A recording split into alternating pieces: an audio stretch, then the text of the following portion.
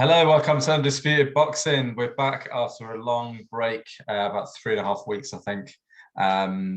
Yeah, it's good to be back.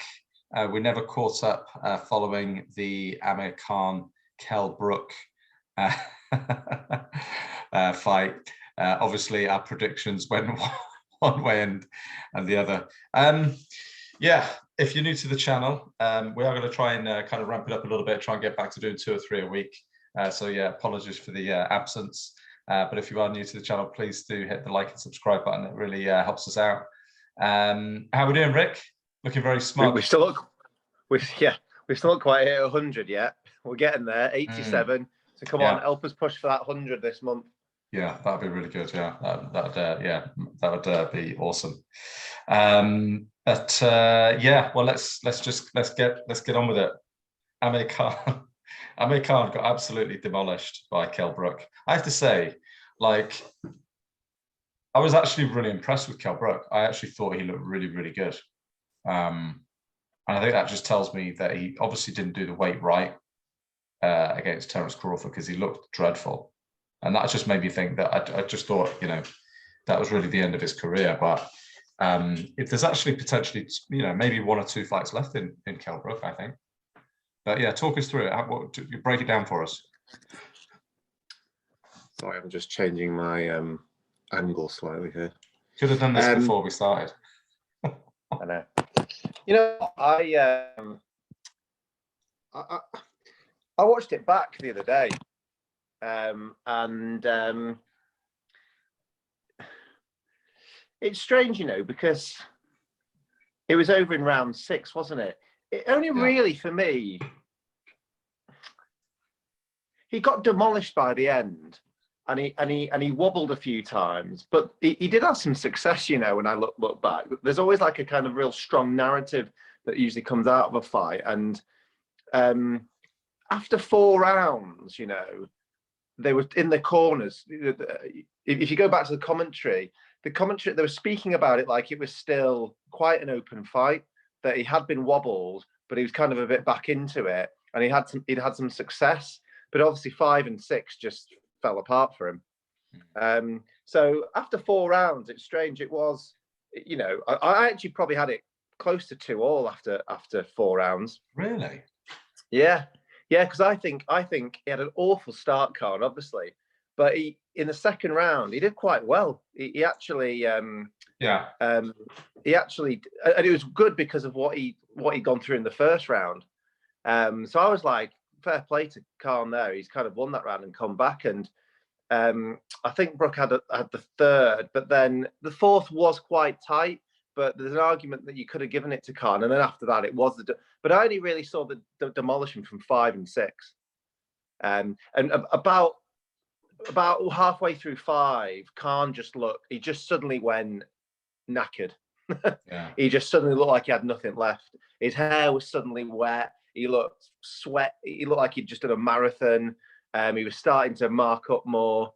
And don't get me wrong, it's through the work that had been done in the earlier rounds, but it just fell apart. It wasn't like an absolute hiding from 1 to 6 as I saw it, and I watched it back. Maybe I need to watch it back then. I had it. I gave Khan the second round as well. But then after that, I really just thought he was a sitting duck. Khan looked very uncomfortable in that fight. I think the second round he did kind of, he had some success, and Kell Brook was missing. I think he was just very eager. I think Kell Brook knew he had him. Like in that first round, Kell Brook knew he'd got the fight in the bag, I think. And probably he did land a bit on him. When you watch it back, he did land a bit. He just didn't land anything that was gonna, he was never the biggest puncher, was he, Khan? And he was overreaching a little bit, but he was catching him from time to time and just scoring points. Never had him worried or anything. But honestly, when I was watching it back, I was surprised how many times he caught him. And at 4 rounds in, if you were to stop the fight at that point, the way the commentators were talking, even though there's been some wobble, there was that wobble in the first round, it was almost like, right, let's see where this is going to go now. This is getting quite, you know, and obviously I don't know what I'm focusing on this, to be honest, because I got the bloody prediction bang on. So, and I mean, I think I said 6 or 7.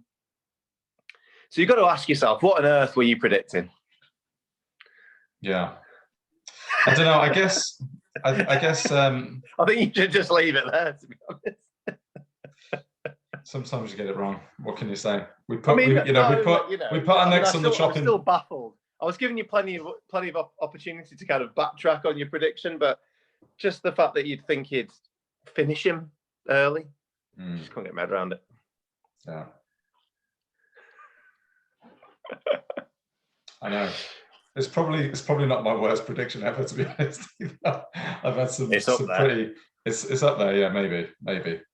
I guess I just felt that Brooks was just, you know, he just deteriorated worse. That was really all. But I think what happened was I think Brook was probably in a lot better shape than he was for the Crawford fight. Obviously, he was 2 pounds lighter, and it does get tough down there, or around 2 pounds. And also, it sounds like the way he made the weight wasn't great.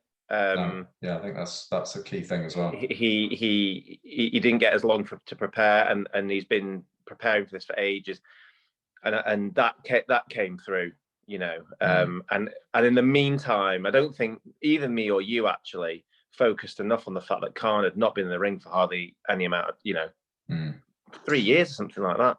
Yeah, and even before then, it was kind of I don't know, that what you could call that fight against Crawford. And then before that, you know, Billy Dibb, and, you know, they're almost kind of like exhibitions. Samuel Vargas was the other one. Hadn't really been in a proper competitive fight probably since Devon Alexander was probably his last, you know, decent win. So there's rumours he's going to execute the. I know what you're going to say. I can't see that. I can't see that happening. No, I can't. But I think he's doing it to get a sniff of money. Yeah.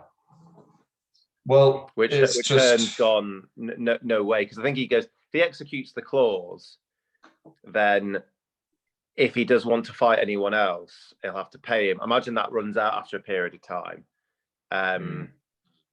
But I don't think he's got any intention of fighting. Well, I'll be surprised if he's got any intention of fighting him. But did you not think? Well, I thought Brook looked quite nervous coming to the ring, and then Khan looked terrified. Yeah. As soon as I saw Khan, I mean, Brook came in the ring, I thought he looks a bit nervous. Not sure how good that is. And then I felt great when I saw Khan looking absolutely terrified. He looked like a man that knew what was going to happen. Yeah. Yeah, I think so. I think he knows it's over. You know, but, you know, a lot of people could be kind of wise after the event and say, you know, they're always taking it for a payday. You know, particularly Khan. I think Brook always wanted it more. You know, he'd always had this bee in his bonnet with Khan, like for many years, and had wanted this fight for so long.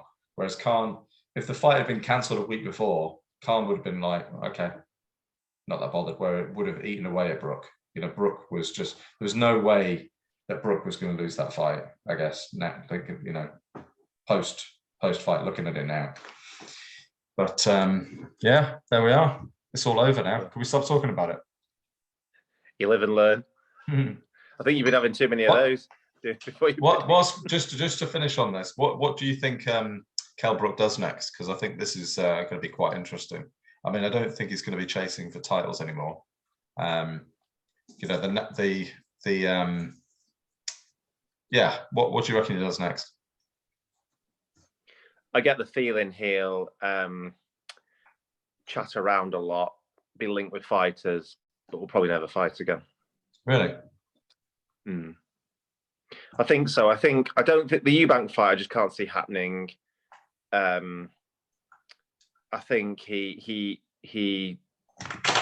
will want an awful amount of money. I think he'll price himself out of both fights, and he won't fight at 160. I don't think. I think he's got a price that he'll fight at, but no one can pay it. And I don't think he's that bothered, because he had a good payday. He's beaten his arch enemy. So, but I think there'll be like rumours for a while, and then nothing. Fizzle out. Yeah. A bit like Carl Froch. Carl Froch kind of ended his career like that, didn't he? Who kind of holding on to the belts for ages, and he got that definitive win over George Groves. He'd never fought again. Yeah, because I just don't think he'll. I don't think he'll fight at 160, and Eubank won't come down. But this is typical Eubank. This is what annoys me about Eubank. I mean, he's now calling him out loads because he's like, right, who can I fight? There's a shed load of money that I've got a great chance of winning. Not even bothered. Why isn't he after world titles? Pissing around with like Brook. So that just won't happen. The Ben fight, I think. Khan with the rematch clause will push that further out. Then he'll want a silly amount of money, and then he'll have been out the ring for too long, and it just won't happen. So yeah. That's where I see the future. Yeah. I won't mind betting Khan comes back and fights someone like in a year, like a YouTuber or something like that. I think he'll struggle to stay out the limelight, Khan. Yeah. That's probably a fair shout. Maybe a year or two, he'll fight a YouTuber or a UFC fighter or something like that. Yeah.